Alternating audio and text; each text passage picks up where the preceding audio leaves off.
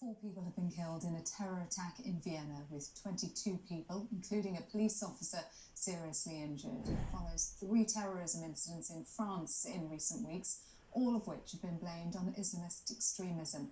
So what's caused this recent spike, and should other cities across Europe now be on high alert? Well, for more, I'm joined by Dr. Evan Lawrence, terrorism expert at the University of Central Lancashire. Dr. Lawrence, thank you very much indeed for being with us.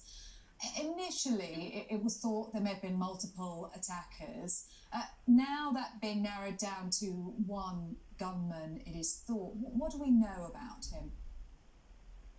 Well, I think we don't know a whole lot about him as of yet. We know that he was already on the police kind of lists, so he was being investigated and watched. For what, we don't have the specifics yet, but I think that we are fairly confident that he is linked with Islamic extremist groups.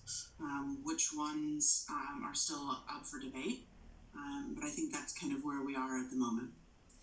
In terms of the timing of the attack last night, Austria about to head into lockdown, how significant is that?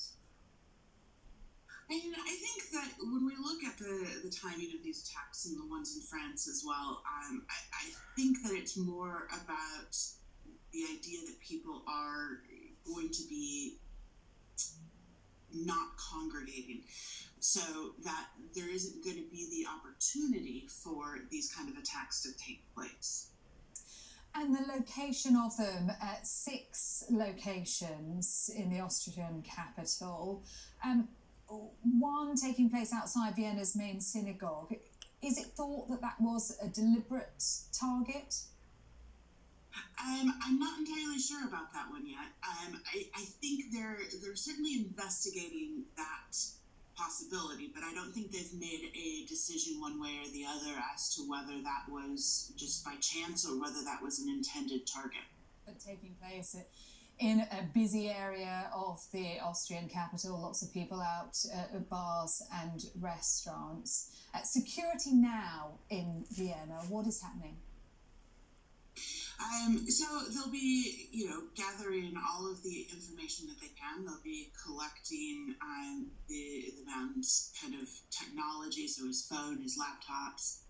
They'll be going through his apartments and talking to the people that he knows and who he's had contact with to try and see if there are more people who were involved and what involvement they did have. They'll be looking for any kind of leads that this could be happening again. They'll be looking for all kinds of things like that. Okay, Evan Lawrence, thank you very much indeed. We're going to leave that now. We're going to head to the House of Commons.